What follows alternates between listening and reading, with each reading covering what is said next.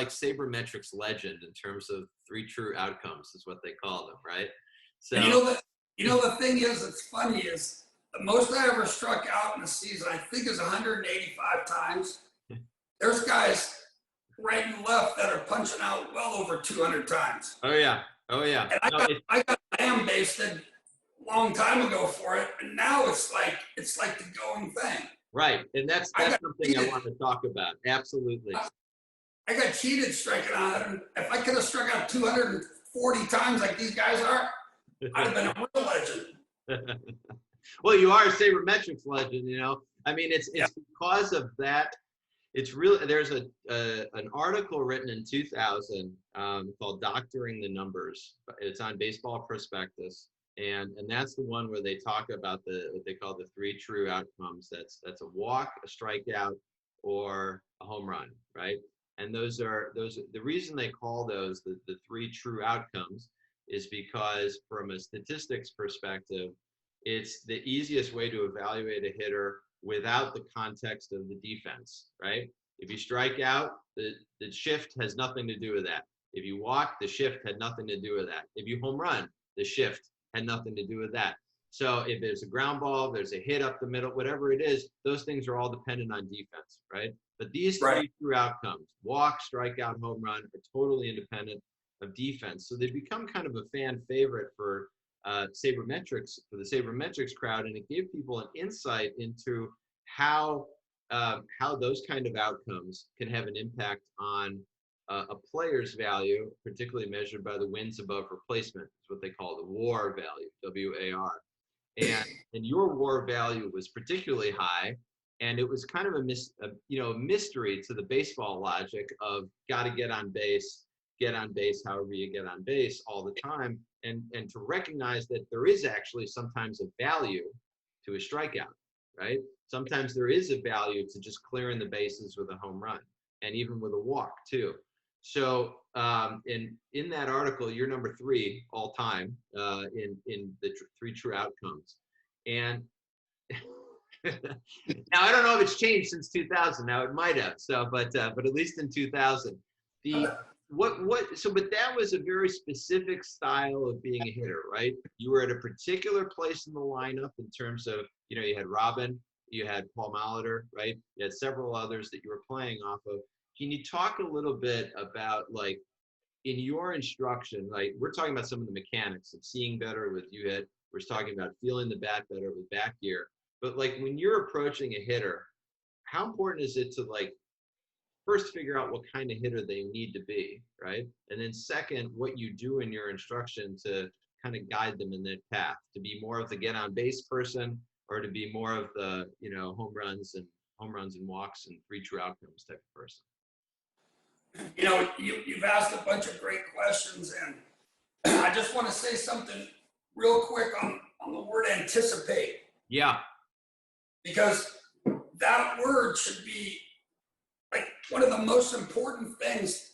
Don't think about mechanics, and don't think about all the stuff that you can think about when you're in the cage. When you're in the cage, think about all the stuff you're doing.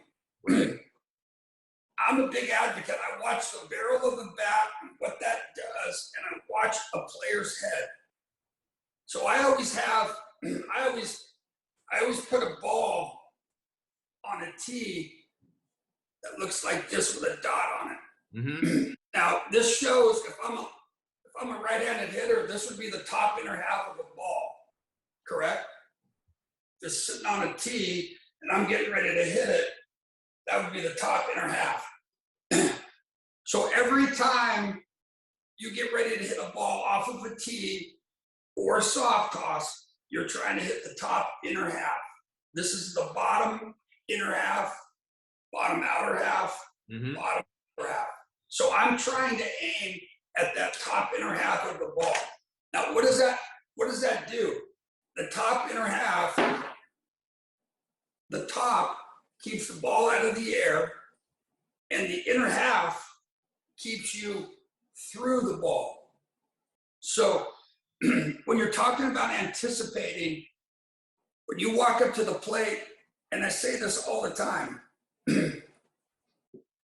you're trying to adjust two different speeds, sometimes three. If you have a fastball that's, I'm just going to give you hypothetical numbers. If you have a fastball that's 90 miles an hour, and he throws a slider that's 82 miles an hour, then he throws a changeup that's 70 miles an hour. So you have three speed adjustments.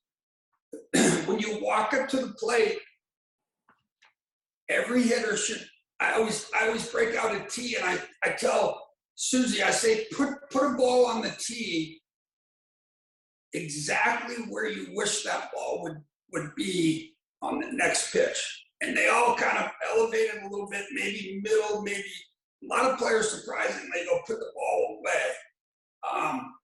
So whenever I'm getting ready to hit, I'm anticipating that ball is going to be in that location that I'm looking for. Now, what happens if that ball's not in that location? That was my next question. What if it's not in that location? I simply have to take it because it's not the pitch I'm looking for. Now, I dissect the plate. The plate's 17 inches. So if I'm hitting, I want to look, if I'm 0-0-1-0, if I'm in a hitter's count, 2-0, 2-1, 3-1, I'm looking for the ball middle and possibly in. Mm-hmm. Now, if I'm hitting 2-2, 3-2, 1-2, I'm looking middle away. Mm-hmm. So through repetition, whether you have a curveball machine or like you were talking about the machine you guys have, or I do a lot of drills where I sit down on a stool with an L screen in front of me and I throw fastballs and I throw curveballs, and then I get players in count.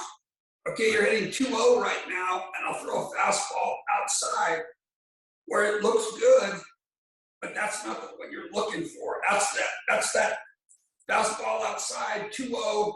I get out there, hook it. There's an 18 hopper to short. I break down with my hands. Everything's long. So there's a lot of tangibles to hitting. And like you said, you have to have pitch recognition. And the best way to do that is go to the batting cages, turn the machine on, take a strike, then hit a strike. If it's not a strike, that's the whole key, because you want to get up there and you want it to be a reaction. Right.